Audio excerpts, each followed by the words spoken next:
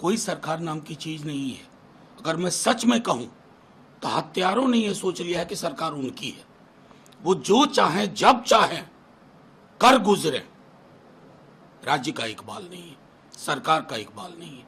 और जो महाजंगल राज कर रहे हैं, ये जंगल राज वाले लोग गुंडा राज तब्दील करने का जो मनसा पाले हैं, मुख्यमंत्री स्वयं संज्ञान ले रहे हैं, एक्शन होगा। बिहार की सरकार आदरणीय नीतीश कुमार जी ने एसआईटी का गठन किया है, कार्रवाई शीघ्र की जाएगी और एक एक बिंदु को जांच करने का काम सरकार कर रही है। नमस्कार, द ट्रुथ के इस अंक में मैं प्रीति पांडे अपने सभी दर्शकों का बहुत स्वागत करती हूं। दोस्तों, आज हम बात बिहार की करने जा रहे हैं, जहां बीती रात पटना में एक ऐसा वाकया पेश आया जिसने हर किसी को ये सोचने पर विवश कर दिया कि बिहार की कानून व्यवस्था को आखिर हो क्या गया है। क्या बिहार एक बार फिर जंगल राज में तब्दील हो चुका है, जिसका दावा लगातार विपक्षी खेमा कर रहा है। बल्कि विपक्षी खेमा इसे जंगल राज से भी कुछ ज्यादा महाजंगल राज की संज्ञा दे रहा है। लगातार तेजस्वी यादव जहां प्रदेश की कानून व्यवस्था को लेकर के सरकार को कटघरे में खड़ा करते हैं, ऐसे में बीती रात मशहूर उद्योगपति, मशहूर बिजनेसमैन खेमका की जिस तरह से हत्या कर दी गई, उसने इस पूरे मामले में एक बार फिर प्रदेश की कानून व्यवस्था को न सिर्फ सवालिया कटघरे में लाकर खड़ा कर दिया है, बल्कि विपक्ष को चुनाव से पहले एक ऐसा बड़ा मुद्दा दे दिया है जिसके बाद प्रदेश की सरकार आनन फानन में हरकत में आते हुए जहां एक एसआईटी का गठन कर देती है।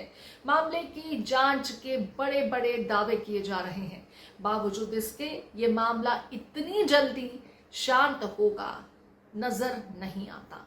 सोच करके देखिए कि घर के ठीक बाहर एक शख्स को जो अपने घर दाखिल होने के लिए गाड़ी लेकर वहां पहुंचता है, हॉर्न इत्यादि बजाता है, जब तक गेटमैन आकर के गेट खोले तब तक घात लगा करके बैठा एक बाइक सवार शख्स तसल्ली से आता है, उन्हें गोली मारता है और उसके बाद वारदात को अंजाम दे करके फरार भी हो जाता है।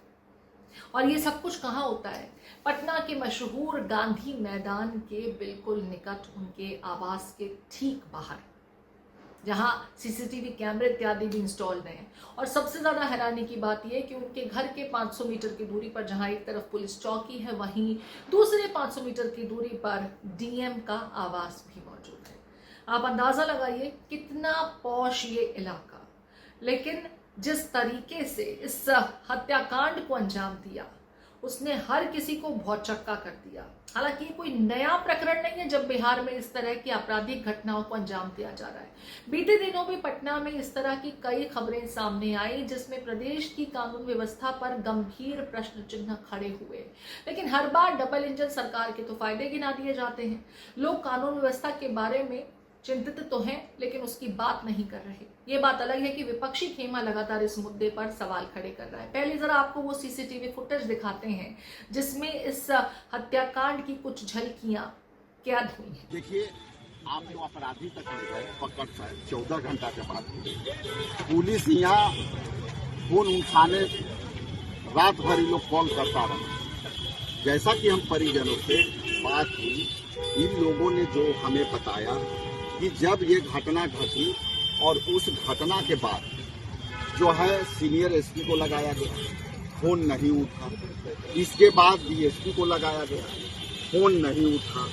इसके बाद स्थानीय थाना को लगाया गया, फोन नहीं उठा।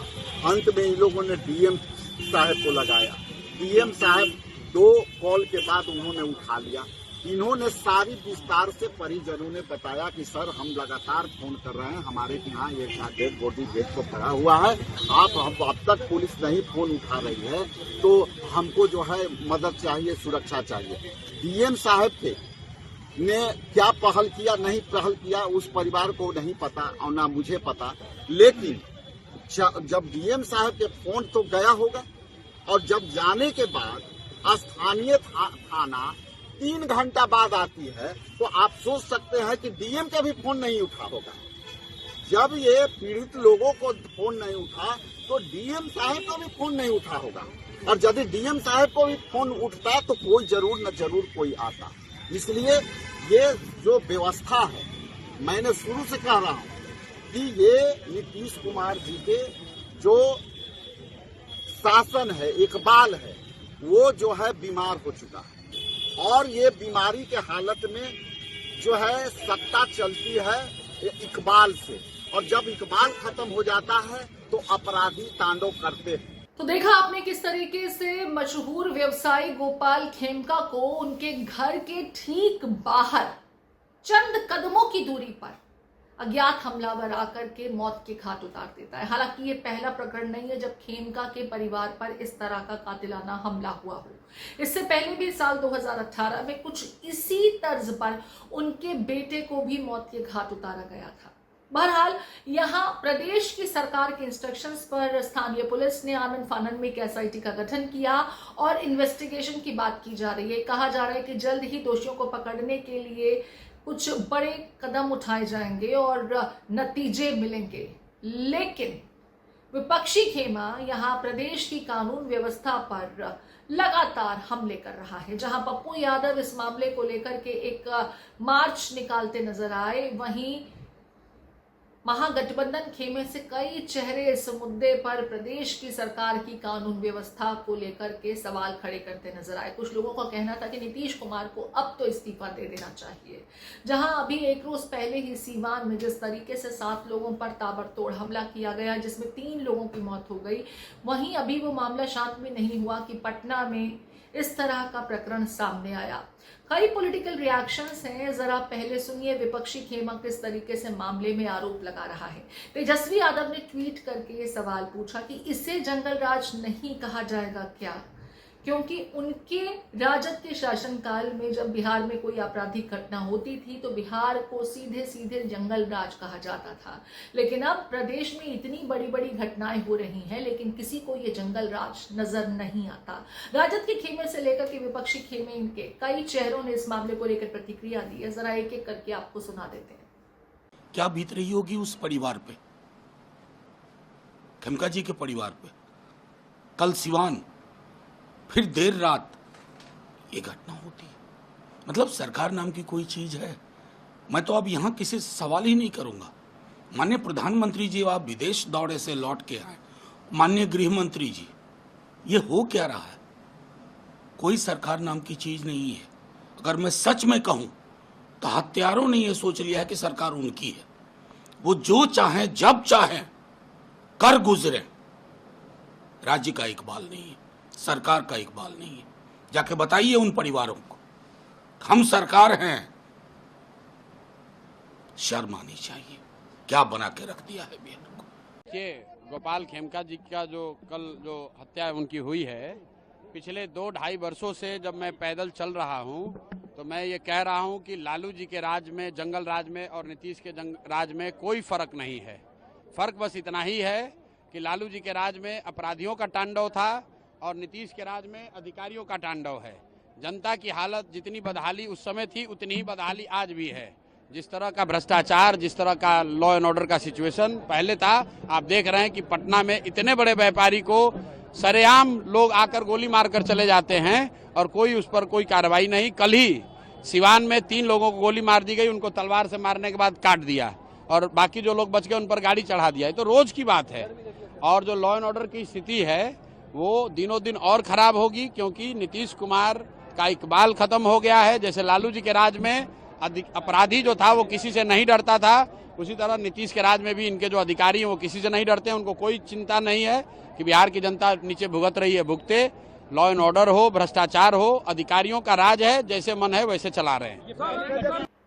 हालांकि इस पूरे मामले को लेकर के एनडीए का खेमा थोड़ा बैकफुट पर है, जहां डिप्टी सीएम से लेकर के बड़े चेहरे जल्द ही आरोपियों के पकड़े जाने की बात कर रहे हैं। एसआईटी का गठन कर दिया गया है। वहीं आरोप वो इशारों ही इशारों में किसी और पर भी लगाते नजर आ रहे हैं। जरा उन पॉलिटिकल स्टेटमेंट्स पर भी आपको गौर फरमाना चाहिए कि इस घटना के बाद एनडीए के खेमे से डिप्टी सीएम फेसेस की तरफ से क्या कुछ टिप्पणी की गई है। दुखद, दुर्भाग्यपूर्ण है। और जो महाजंगल राज कर रहे हैं, ये जंगल राज वाले लोग गुंडा राज तब्दील करने का जो मनसा पाले हैं, मुख्यमंत्री स्वयं संज्ञान ले रहे हैं, एक्शन होगा। और उस जंगल राज में पलने बढ़ने वाले भ्रष्ट पदाधिकारियों पर भी नजर है, जिसकी लापरवाही उदासीनता से इस तरह की घटना घटित हो रहा है। उसको चिन्हित करके कार्रवाई करने की जरूरत है। भ्रष्ट पदाधिकारी भी कुछ ऐसे मानसिकता के गैर जिम्मेदार लापरवाह लोग जो घटना के बाद त्वरित कार्रवाई नहीं किए हैं, उन लोगों पर सरकार संज्ञान लेगी। उनका संज्ञान सरकार जांच कर रही है, उच्च स्तरीय पदाधिकारी भी जांच करेंगे। देखिए, एकदम इसको पुलिस जांच कर रही है। बिहार की सरकार ने एसआईटी का बिहार की सरकार आदरणीय नीतीश कुमार जी ने एसआईटी का गठन किया है। कार्रवाई शीघ्र की जाएगी और एक एक बिंदु को जांच करने का काम सरकार कर रही है। कोई भी अपराधी किसी भी हालत में बचने वाला नहीं है। गोपाल खेमका जी यहाँ के महत्वपूर्ण उद्योगपति थे। हॉस्पिटल भी इनका संचालित होता था। इनका विभिन्न स्कूल भी संचालित होता था। इनकी जिस ढंग से हत्या की गई वो हमारे लिए एक चुनौतीपूर्ण है। 2018 में इनके पुत्र गुंजन खेमका की हत्या हुई थी। उसमें भी अपराधी गिरफ्तार हुए थे, उन पर मुकम्मल कार्रवाई हुई थी।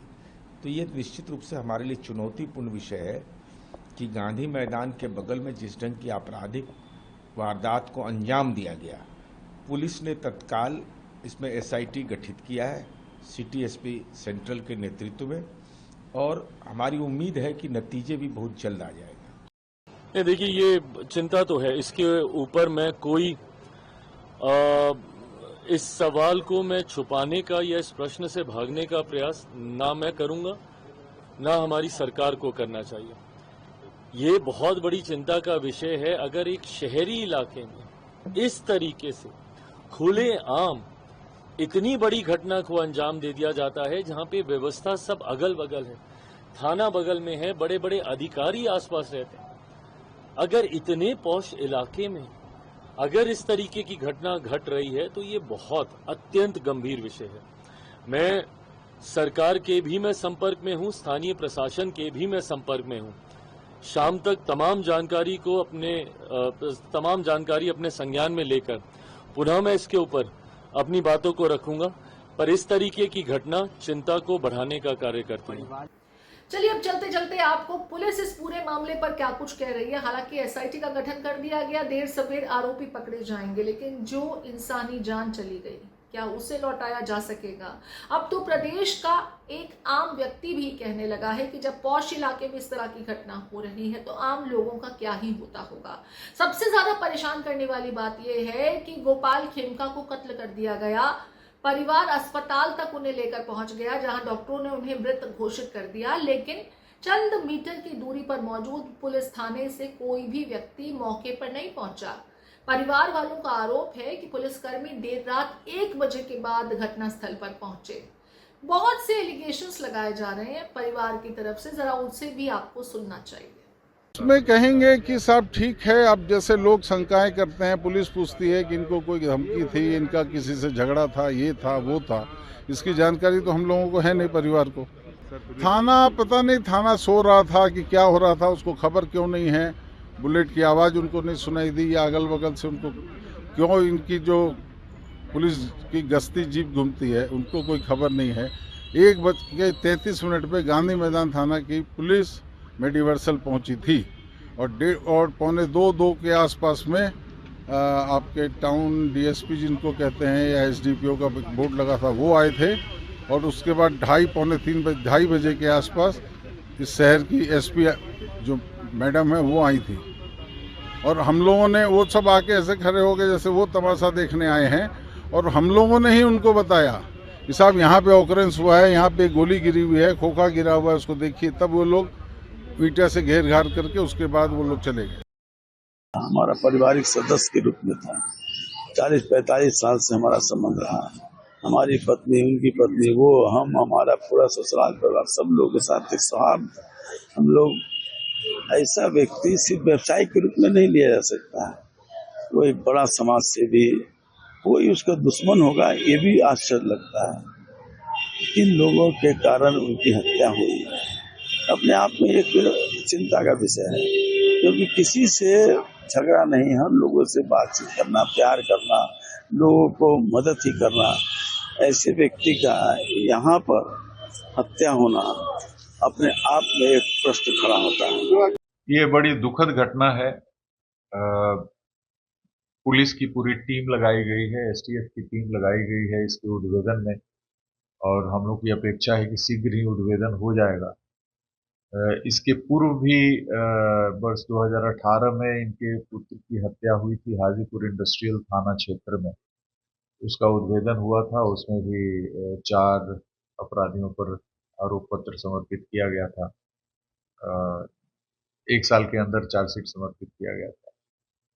इस घटना में भी हत्या के क्या संभावित कारण हो सकते हैं, उन कारणों की तहकीकात की जा रही है। क्यों इनकी हत्या हुई है, और कारणों के साथ साथ अपराधियों के संबंध में भी जो अपराधकर्मी एक वीडियो फुटेज में दिख रहे हैं कि वो एक सिंगल अपराधी दिख रहे हैं वहां पे, जो हत्या करने के बाद मोटरसाइकिल से निकल रहे हैं। तो पूरे सीसीटीवी के कैमरे भी पूरे खंगाले जा रहे हैं और उनसे अपराधी के संबंध में भी सूत्र प्राप्त करने का प्रयास किया जा रहा है। पूरी टीम लगी हुई है। हम लोग की अपेक्षा है कि जल्द ही इस घटना का उद्भेदन कर लिया जाएगा। गोपाल खेमका की मौत क्या आपसी रंजिश का नतीजा है? क्योंकि जिस तर्ज पर उनके बेटे को कत्ल किया गया था, ठीक उसी अंदाज में उन्हें भी मौत की घाट उतारा गया है। क्या परिवार की किसी से कोई दुश्मनी है? ये तमाम चीजें जांच का विषय है। लेकिन फिलहाल इस घटना के बाद प्रदेश की सियासत में जबरदस्त हड़कंप जरूर मचा है। जहां आरजेडी की राष्ट्रीय कार्यकारिणी की आज महत्वपूर्ण बैठक होने वाली थी, लेकिन पूरा फोकस शिफ्ट हो गया गोपाल खेमका के घर के बाहर, जहां लगातार सत्ता और विपक्ष दोनों ही खेमों से लोग पहुंच रहे थे, परिवार के प्रति सहानुभूति जता रहे थे और दोषियों के जल्द पकड़े जाने की या तो मांग कर रहे थे या फिर जल्द कार्रवाई का आश्वासन देते हुए बड़ा दावा किया गया। कुल मिलाकर बिहार की कानून व्यवस्था को इस बड़ी घटना के बाद बड़ी चोट जरूर पहुंचती नजर आई है। क्षेत्र की जनता अब सवाल करने लगी है कि जब पौष इलाके में रहने वाले लोग सुरक्षित नहीं हैं, तो दूर देहात में जो लोग रह रहे हैं वो तो राम भरोसे ही हैं।